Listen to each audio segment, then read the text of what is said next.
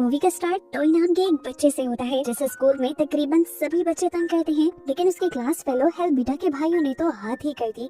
वो हर रोज उसे उठाकर डस्टबिन में डाल दिया करते थे। आज भी इन्होंने यही किया, लेकिन टॉय जैसे तैसे अपने आप को छुड़वा कर क्लास में आ गया। एक्सपेरिमेंट से बना है। अब इससे पहले कि ये उनके ऊपर हमला कर देता, यहाँ पर डॉक्टर अपने आगे कांच की दीवार खड़ी कर देते हैं, लेकिन ये मॉन्स्टर इस कांच की दीवार को भी तोड़ देता है। यहाँ हमें पता चला कि नोज एक बहुत ही अजीब काम करता था। वो अपने नाक से निकला हुआ गंद खा जाता था और इसी चीज का बदला लेने के लिए ये मॉन्स्टर अब उसके पीछे पड़ा हुआ था। यहाँ सब लोग इस मॉन्स्टर से बचने के लिए उससे दूर जाने लगे, लेकिन टॉय ऐसे जाने वाला नहीं था। उसे तो अपना वो कलरफुल पत्थर चाहिए था, जिसके लिए वो मॉन्स्टर के पास चला गया और मॉन्स्टर ने उसे उठाकर ऊपर उछाल दिया।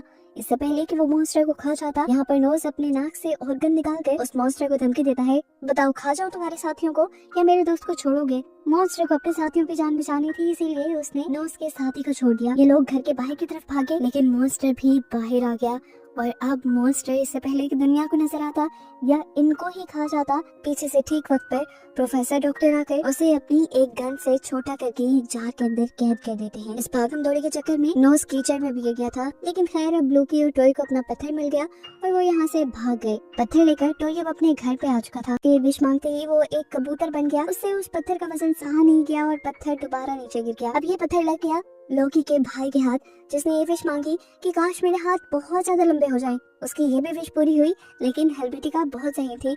उसने दूसरे फ्लोर पर जाकर उसके हाथ से वो पत्थर ले लिया। भागने से पहले उसने इनविजिबल होने की विश मांग ली थी। अब सबको हेलबीटिका नजर नहीं आ रही थी, लेकिन उसके हाथ में मौजूद पत्थर नजर आ रहा था और सभी उस पत्थर के पीछे भागने लगे। अब वो बच्चा जिसने लंबे हाथ किए हुए थे, उसने दोबारा अपने लंबे हाथों का इस्तेमाल किया और हेलबीटिका के हाथ से फाइनली उसका पत्थर ले ही लिया।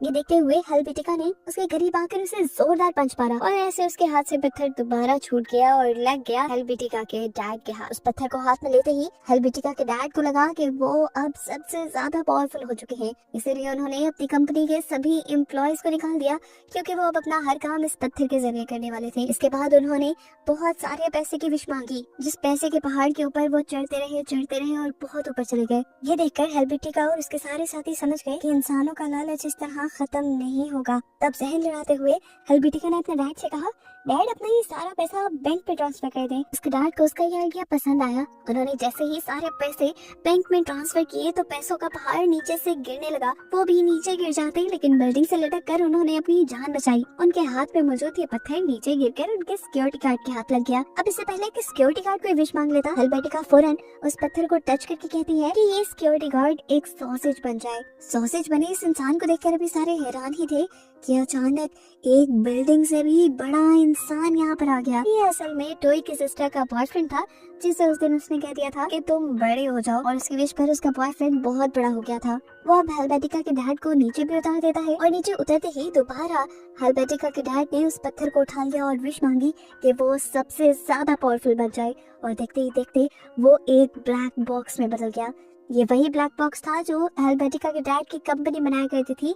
ये ब्लैक बॉक्स दुनिया के सारे काम कर सकता था और अब वो एक बहुत बड़ा रोबोट बन चुका था। हेलबीटिका और बच्चे जानते थे कि हेलबीटिका के डैड यहाँ पर तबाही मचा देंगे, इसलिए हेलबीटिका अपने डैड का मुकाबला करने के लिए उस पत्थर को पकड़ते हुए एक बहुत बड़ी सी बी बन गई और उसका भाई एक बहुत बड़ा सा बीटल बन गया। ये दोनों जब अपने डैड से लड़ रहे थे, तो तब टॉय और लोगी भी पीछे नहीं थे। टॉय ने अपने एलियन दोस्तों को बुलाया और लोगी ने अपनी मगरमच्छ की फौज को बुला लिया। उस रोबोट के ऊपर इतने सारे हमले एक साथ होने लगे, फिर भी वो ज्यादा ताकतवर रहा। उसने मगरमच्छ को भी एक हाथ मारते हुए दूर फेंक दिया और वो लोगी की सिस्टर के ऊपर गिरने ही वाला था, लेकिन लोगी की सिस्टर ने अपनी टेलीकाइनेसिस पावर का यूज करते हुए उसे हवा में ही रोक दिया। बच्चे ये देखकर परेशान हो गई थी कि किस तरह इंसानों की लालच ने यहाँ इस जादुई पत्थर के जरिए कितना बुरा हाल कर दिया था।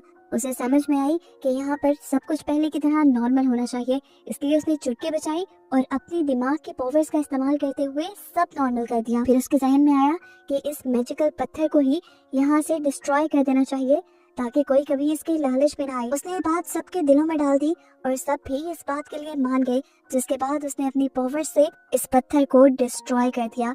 यहाँ पे एक बड़ा सा ब्लैक बादल बना और वो पत्थर डिस्ट्रॉय हो गया और ऐसे सभी लोग इस पत्थर की लालच से आजाद हो गए, जिसे दिखाते हुए ये कहानी है।